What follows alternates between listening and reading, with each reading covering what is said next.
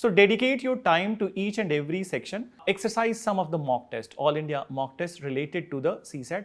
It will help a lot. Prepare for this exam. Prepare for this year paper. Go into the examination hall. Give your best and leave it to the God. If you're self-motivated to clear this exam, nobody can stop you. So bring that particular essence in your personality. Bring that particular motivation within you.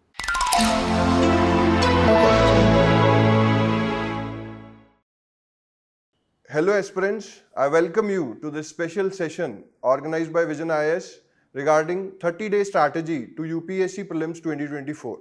To help you sail smoothly in the last 30 days, we have with us our esteemed faculty, Neeraj Rao sir. Welcome you sir. Very thank you, Sunil. Sir, last 30 days are there. Students are in the self-doubt. They are feeling that they are underperforming and they are anxious also because a lot of the work they had already done is on the stake. How will you advise them to deal with the last 30 days?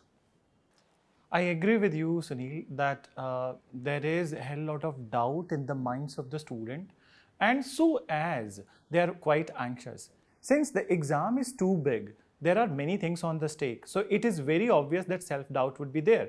But the question is that what they will gain from the self-doubt.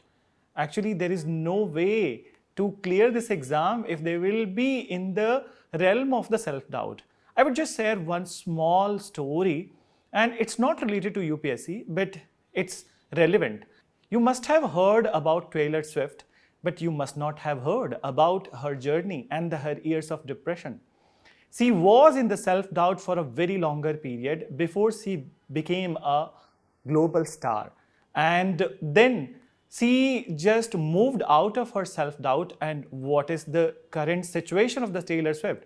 She is the one artist who has won maximum number of the Grammy Awards. So there is a way to move out of the self-doubt. And as it has been said by Swami Vivekananda, that I don't consider anybody as astic who follows the God, but I consider someone as astic who believes in himself. So believe in yourself, move out of this realm. So sir, believing in oneself, one needs to strategize his revision strategies because until and unless he revises properly, he won't be believing in himself. So how will you advise student to revise things in the last 30 days? It's a very relevant question at this time, that revision is the key to get success in this exam. One thing I would like to emphasize, that there are many ways, there is no one method to revise, but see, students need to identify that what are their strong areas, what are their weak areas. Obviously, one is not strong in every section and one is not weak in every section. So during the first revision, they can go ahead with the marker approach, whereby the concepts where they have a lot of clarity and the remembrance of the topic, they can mark it 5 out of 5. If they are weak in some concepts, so they can give the stars like 3 out of 5, 2 out of 5. And the next time when they are revising, so they must give more emphasis to those areas where they have marked themselves 3 by 5 or 2 by 5. This way, they are dealing with all the sections and they are further improving their strength in those areas where they were weaker. One more thing is to be noted down, that very often people ask that should we skip this particular section, that particular section. I don't think this will be a relevant strategy or right strategy. You never know that from which section UPSC will be asking question and will not be asking question. So dedicate your time to each and every section. There are 6 static sections and 1 current affairs. So accordingly decide that you must be giving proper time to all of the sections. So how should students schedule the next coming 30 days? I think last 30 days, obviously, it's the most important phase of the exam and most important days for the students. I would say one thing, that when it comes to the daily schedule planning or planning for a month, so it is rightly said that if anybody is not planning for their success, so they are planning for their failure. So one has to create a daily schedule. That is of utmost importance. And in this particular daily schedule planning, students will have to decide that what would be suitable for them, because one size fit all is not the formula. You know that what is your strength, what is your weakness, and accordingly, you must create a daily plan for revision and study. It is very important in the last 30 days. Sir, we have discussed what needs to be done. What about the pitfalls? What should be avoided? There are pitfalls, and we have witnessed it. In fact, my recent encounters with many of the students, the conversations with them, I realized one thing, that majority of them, a good number of them, they are in the self-doubt that they have not prepared well, they are not good enough, and maybe they have not covered the entire syllabus. So many of them are pondering that they must leave exam, they must not take exam this year. I would say this is the biggest pitfall in this exam, because once you're trapped in this thought process that you have not prepared well this year and you will give exam next year, so mark my words that the same things will be repeated next year.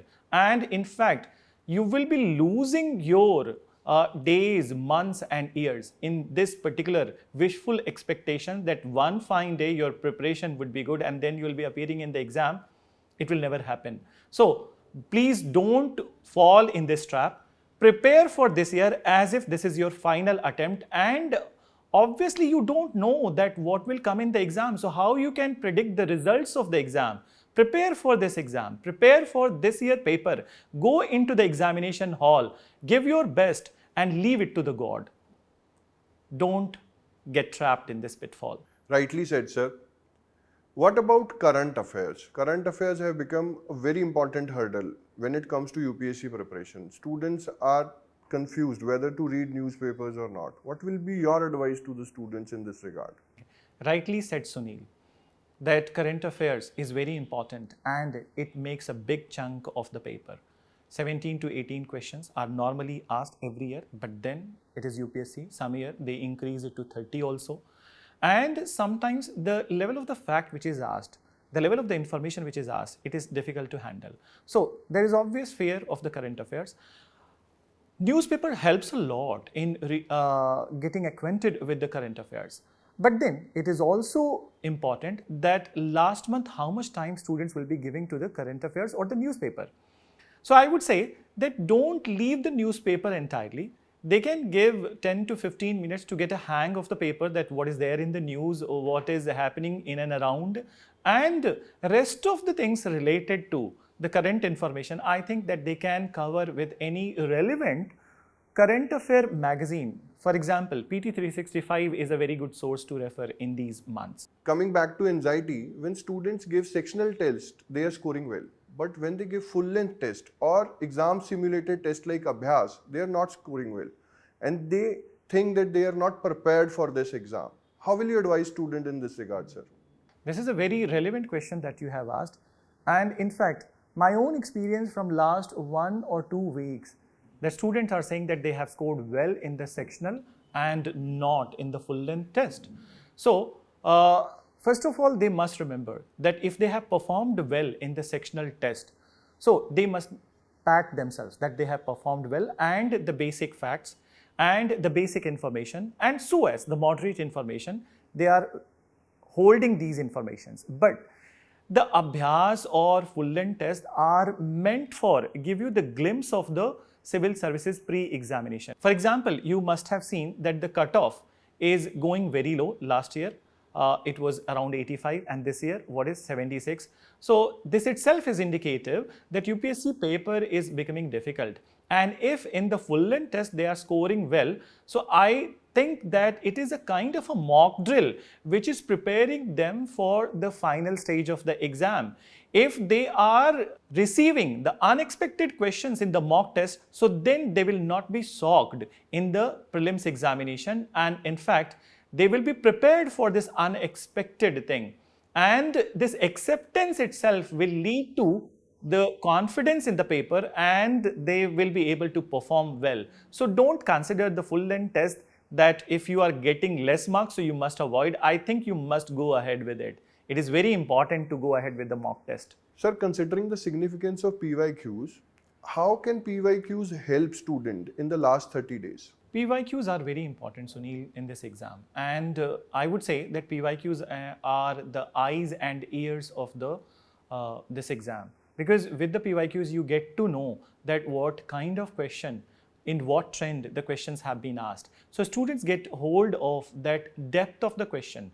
Is it easy, moderate, or difficult, and from where they are asking? There are n number of the repeated areas from where they are asking.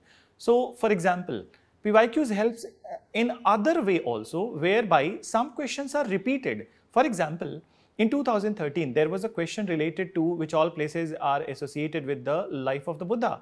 Same question was repeated in 2014. Similarly, a question related to Tabo monastery was also repeated. So there is a possibility of repetition of some of the facts.